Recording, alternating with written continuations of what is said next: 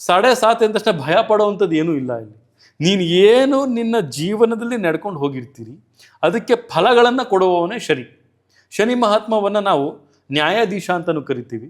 ಪರಮಶಿವನಿಗೂ ಬಿಟ್ಟಿಲ್ಲ ಆತ, ಪರಮಶಿವನಿಗೂ ಸಹಿತ ಬಿಟ್ಟಿಲ್ಲ, ಗ್ರಹಗಳಿಗೂ ಸಹಿತ ಬಿಟ್ಟಿಲ್ಲ, ತನ್ನ ತಂದೆಯಾದಂಥ ರವಿಗೂ ಸಹಿತ ಬಿಟ್ಟಿಲ್ಲ.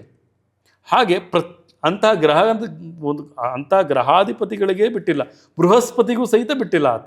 ಹೀಗೆ ಪ್ರತಿಯೊಬ್ಬರಿಗೂ ಸಹಿತ ಶನಿಯ ಒಂದು ವಿಶೇಷವಾದಂತಹ ಬೆಳವಣಿಗೆಯಲ್ಲಿ 7.5 ಎಂದು 7.5 ವರ್ಷ ಆತನ ಒಂದು ಧರ್ಮ ಕಾರ್ಯಗಳನ್ನು ಆತ ಮಾಡ್ಕೊಂಡು ಹೋದರೆ ಯಾವುದೇ ರೀತಿಯ ಆತನಿಗೆ ಕರ್ಮಗಳು ತಾಕೋದಿಲ್ಲ. ಅದೇ ಶನಿ ಉಚ್ಚನಾಗಿದ್ದಾಗಲೇ, ಉಚ್ಚ ಸ್ಥಾನದಲ್ಲಿ ಇದ್ದಾಗಲೇ ಉತ್ತಮವಾದಂತಹ ಲಾಭಗಳನ್ನು ಕಂಡಿರೋದು ಸಹಿತ ನಾವಿಲ್ಲಿ ನೋಡಿದ್ವಿ. ಅದೇ ಶನೇಶ್ವರನ ಒಂದು ವಿಶೇಷವಾದಂತಹ ಪ್ರಾಬಲ್ಯತೆ ಇದ್ದಾಗಲೇ ತುಂಬ ವ್ಯಕ್ತಿಗಳು ಅಭಿವೃದ್ಧಿಯಾಗಿರೋದು ಸಹಿತ ನಾವಿಲ್ಲಿ ನೋಡಿದ್ದೀವಿ. ಇಫ್ ಯು ಡನ್ ಸಮಥಿಂಗ್ ಕರ್ಮ ದೆನ್ ಓನ್ಲಿ ದ ಭಯ ವಿಲ್ ಕಮ್.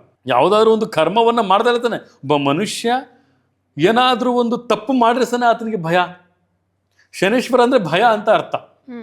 ಯಾಕೆಂದರೆ ನೀನೇನೇ ಧರ್ಮಗಳನ್ನು ಮಾಡು, ಏನೇ ವಿಚಾರ ಮಾಡು, ಶನಿ ನಡೀತಾ ಇದ್ದಾನೆ ಅಂದರೆ ಪ್ರತಿಯೊಬ್ಬರು ಅಲರ್ಟ್ ಆಗ್ತಾರೆ. ಒಂದು ಜಾಗೃತಿಯನ್ನು ಮೂಡಿಸ್ತಾನೆ ಆತ. ನೀನು ಏನು ಮಾಡ್ತಿದ್ಯಾ ನಿನ್ನ ಜೀವನದಲ್ಲಿ, ನಿನ್ನ ಕರ್ತವ್ಯವೇನು, ತಾವಿಲ್ಲಿ ಬಂದಿರೋದು ಏಂತಕ್ಕೆ, ಒಂದು ಜಾಗೃತಿಯನ್ನು ತಟ್ಟೆಬ್ಬಿಸ್ತೀವಿ ಅಂತಾರಲ್ಲ ಆ ಥರ.